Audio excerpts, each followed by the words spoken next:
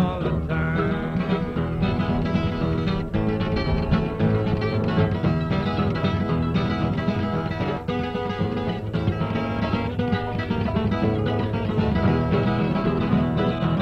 If you don't believe I'm leaving, just count the days I'm gone. If you don't believe I'm leaving, just count the days I'm gone. Next time you see your daddy, he'll be on Judgment Mountain.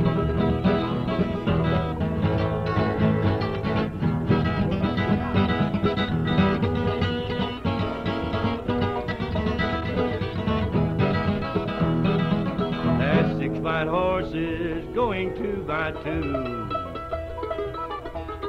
Ah, there's 6 white horses going 2 by 2. There's some other woman that stole my love from you.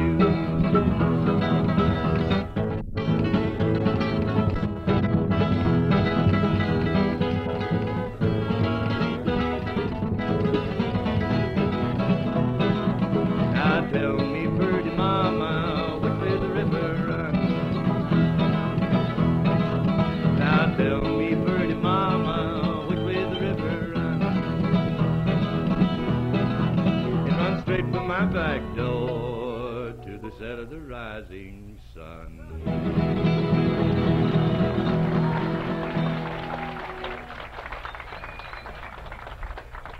Clyde Moody and his style of guitar picking that a lot of the fellas have taken some from and added their own style to.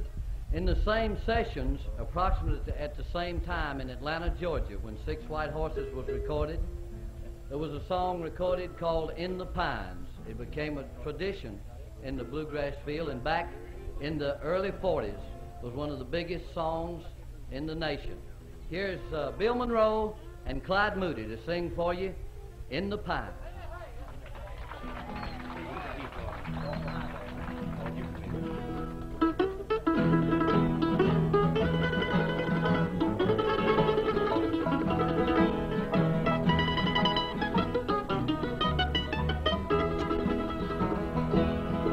The longest train I ever saw went down that Georgia line.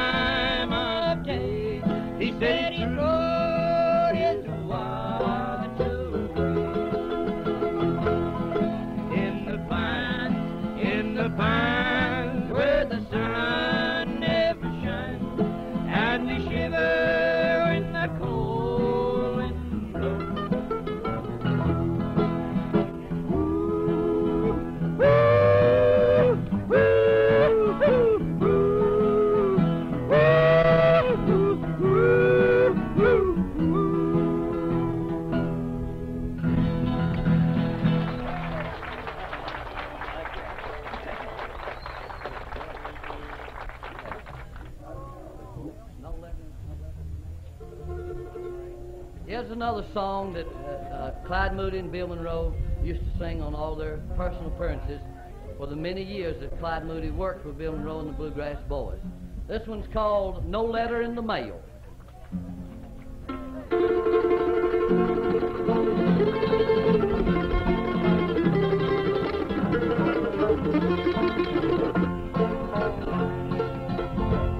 No letter in the mail today, no answer from my love.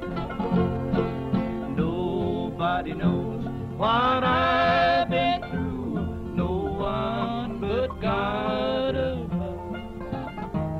No answer to my letter, no answer from my love. Nobody knows what I've been through, no one but God above.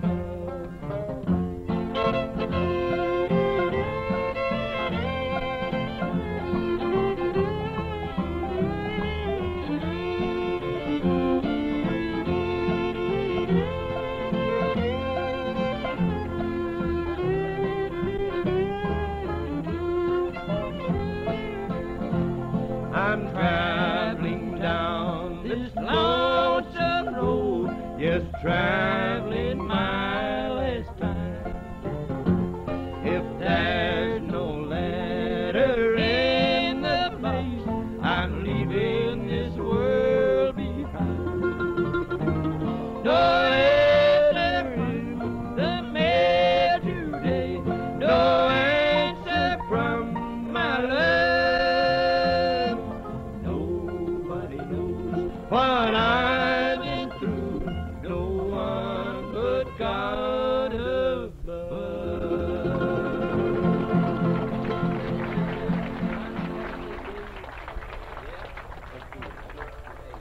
That Clyde Moody and Bill Monroe singing. Now we'd like to feature an instrumental here, and Bill Monroe has given the name of six-string rhythm to the kind of guitar that Clyde Moody plays.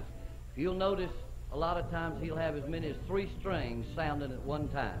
Here's a song that they used to pick and sing, and it's called the Tennessee Blues. This was my first mountain number that I ever made and recorded back when Clyde was with me.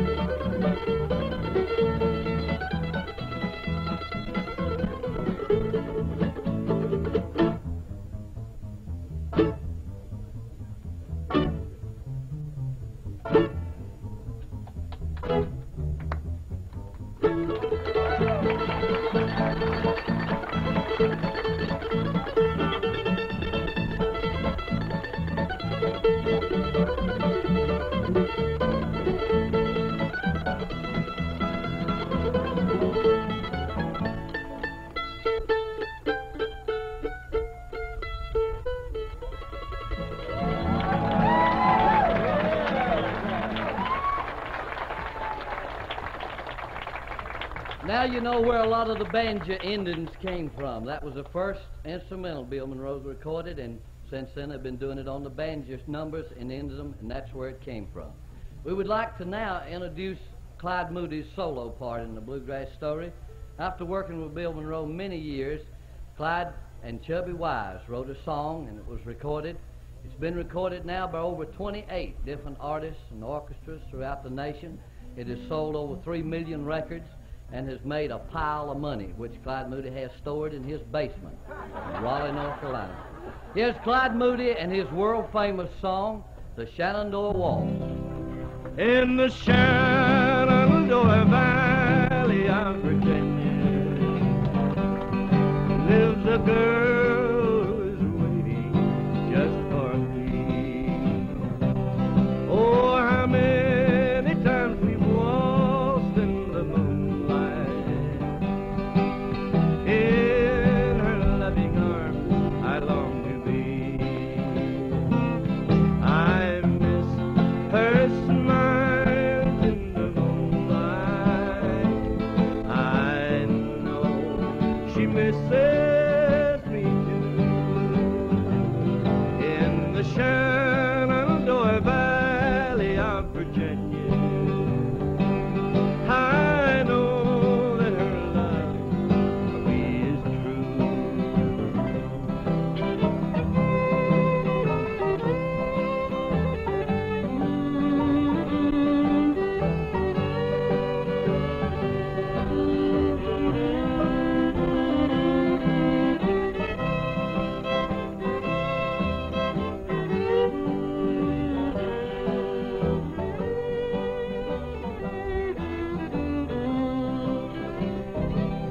I miss her smiles in the moonlight.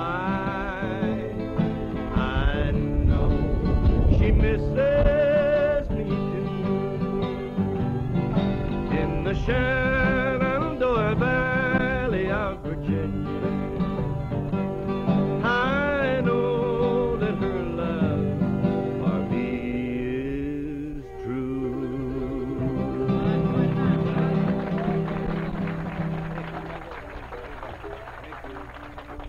We would like to talk to Clyde just a minute. Clyde, it's a pleasure to have you on the Bluegrass Festival for the second time. Well, it's an honor to be here, and especially with Bill.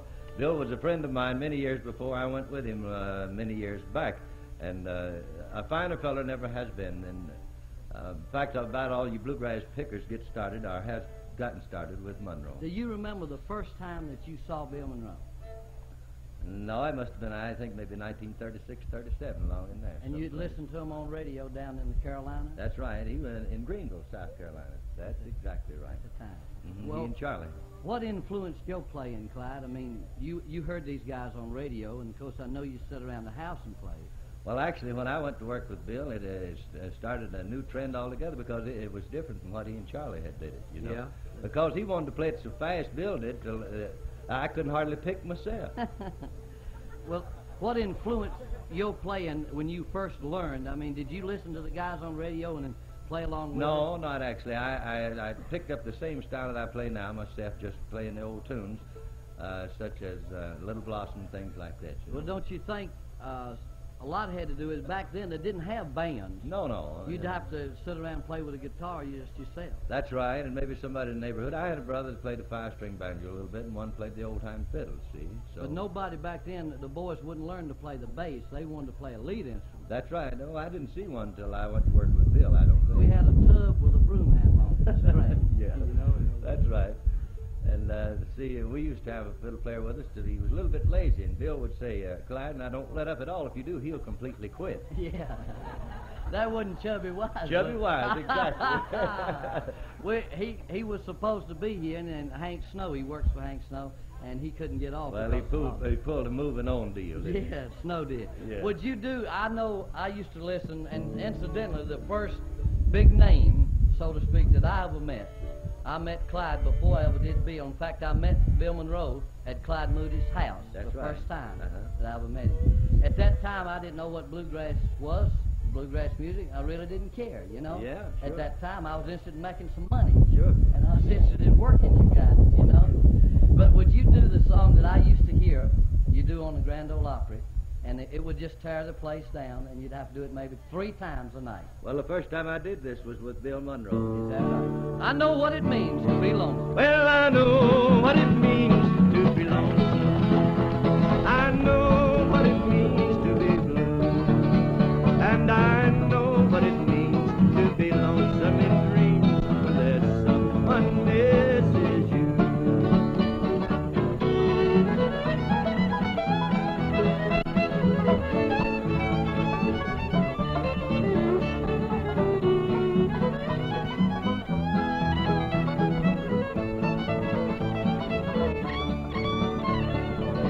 Well, my baby left me this morning as the clock was striking 4, and the smiling face of my darling I may never see anymore.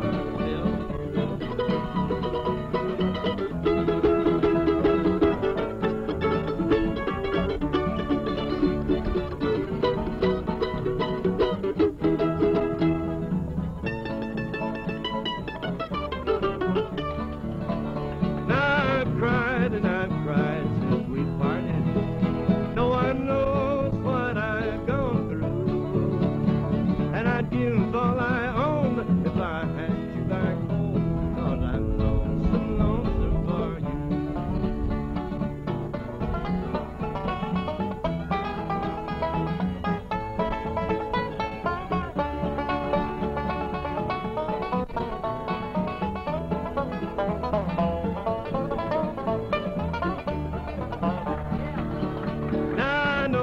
what it means to be lonesome. I know what it means to be blue. And I know what it means to be lonesome in dreams when there's someone misses you.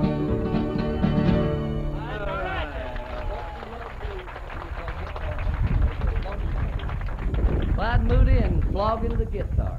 That's fine. That's when we used to hear. Here's a song that Bill Monroe used to sing. It's one of the old songs, and of course, he has played it and sung it with all the musicians that he's ever had. But we selected it to go in here now so that the band, the present-day band of Richard Green on the fiddle and Lamar Greer on the banjo, and Jimmy Monroe, Bill's son, on the bass, Clyde Moody on the guitar, Bill Monroe on the mandolin, and the Lonesome Road Blues.